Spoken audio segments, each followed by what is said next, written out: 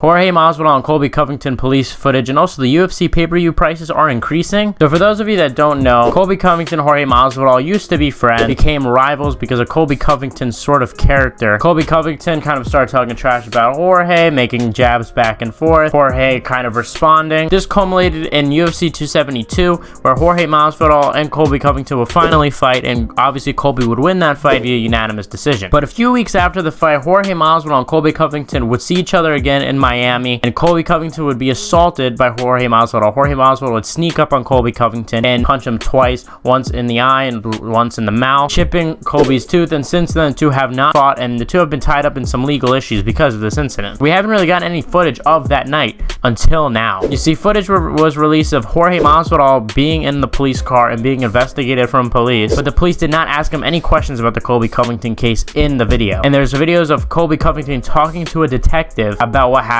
Now, Jorge Masvidal's footage is pretty interesting because you get to see the whole thing, and it's pretty interesting to see Miami police officers kind of befriend him in a way. Like, it kind of seems like they're friendly and making jokes. Mine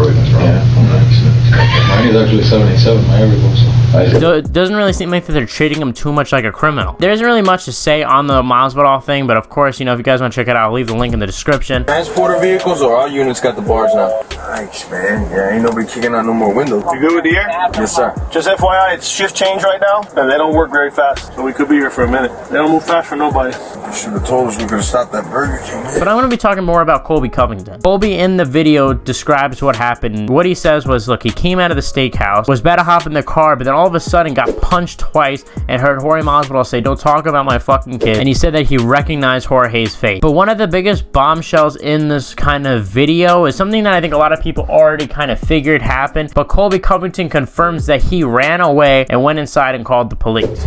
So I was eating inside Poppy's Steakhouse with my friend Cal Forgard, who's the main guy for the Nelk Boys. 3 to 5 minutes right outside Poppy's Steakhouse. And then we're like, hey, let's go, let's get out of here, it's time to go. As soon as we're about to walk across the street, I get sideswiped from the side, like I get punched in the mouth real quick and kind of get dizzed up. I look up and I see who it is. I can see in his eyes, it's Jorge Masvidal. I can see his hair coming out of his hoodie, but he has a face mask on, a surgical face mask, but he's saying, "You shouldn't have fucking talked about my kids. You shouldn't have fucking talked about my kids." So I was easily able to identify, like, that's his voice, that's his eyes, that's his hair. He came from the side and bam, took 2 fast clips at me, and then like we're like squared up, and I'm like getting him off of me because he's with like a couple people, and there was like one bigger guy that had his fist clenched, and he was gonna come at me, but I was able to get away from George, run back in Poppy's Steakhouse. He followed me back into Poppy's Steakhouse. He opened it, but there was a couple security guards at Poppy's Steakhouse in the front. They're like, "No, you can't come in, get out."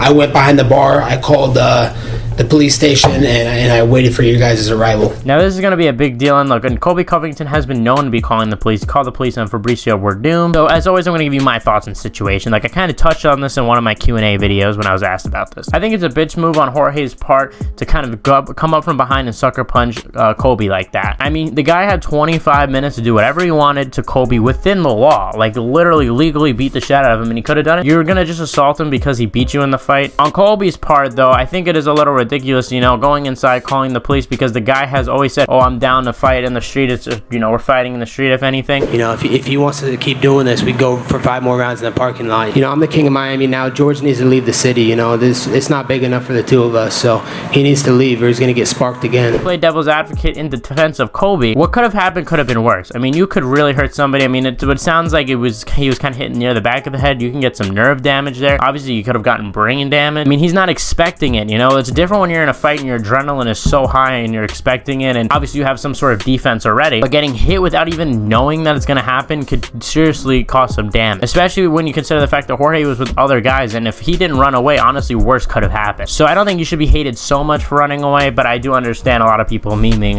Colby. Look, at the end of the day, I mean, I don't support what Jorge did. I think if Jorge went up to him in person and they had some sort of altercation and did that and they got into a fight, I don't care. You know, that's fine. My problem really is sneaking up on. Kind of seems a little like a bitch move in my opinion. Jorge should say to himself, look, I did what I did, you know, it sucks. I don't like the guy, and you know, you don't have to love the guy, but at the end of the day, you lost the fight, and he's the better fighter. And sucker punching him is just like, come on, man. And even for Jorge Masvidal, he could have broke his hand. He could have seriously injured himself. You know, they're not wrapped. Obviously, I assume they're not wrapped. He had no gloves on. I mean, he could have hurt himself as well. These guys are professional fighters. They are lucky enough where, like, if I have a problem with some dude across the street, you know, if I fight him, I could risk getting hurt. I could risk going to the hospital. I could risk getting arrested. They're lucky enough that they could hate each other and go fight each other for free. UFC raising their prices to $5. Not this again. UFC's been raising their pay-per-view prices for $5 for the past like 4 years, bro. I was thinking about making my own video about this, but look, the pay-per-view business is dying. Thank God ESPN fight nights are free, and look, I think we're slowly getting away from the model of pay-per-view. First of all, you got to defend the UFC because the UFC is not actually in charge of how much they charge a pay-per-view. Dana White has made it clear before that he does not like to charge so much for pay-per-view, which I agree with. Blame ESPN on this one. It's not the UFC's fault, but you know, the ESPN is notoriously known for high pay-per-views. I mean, look at the Tyson Fury fight. That was like $80. Now we're up to $80 for the UFC. Now this is why I'm going to give you guys some advice. This is why you got to go on the UFC website and see, you know, what bars are playing these UFC fights, what movie theaters are playing the UFC fights. I see these UFC fights in the movie theater. It's much better experience. You see it on the big screen, and it's cheaper. It's literally $20 to get in there, and it's worth it. You also get the popcorn, all this and that. So pay-per-view, I think, is dying, and I think there needs to be some sort of change in the future. I think ESPN has to become more like DAZN. I mean, DAZN has a good model and has a pay-per-view model now, but their pay-per-views are not that much. They're like $19.99, $9.99. When you look at the KSI pay-per-views, they're $9.99. You know, I'm willing to pay $9.99, but I'm not gonna be willing to pay this fucking $80. And let's be honest, a lot of people are streaming it illegal anyway. Like, at this point, you're just encouraging people to stream it illegal. But anyway, guys, I hope you guys enjoyed this video. Please, if you did, let me know what you thought of these topics. I'll see you guys in the next one.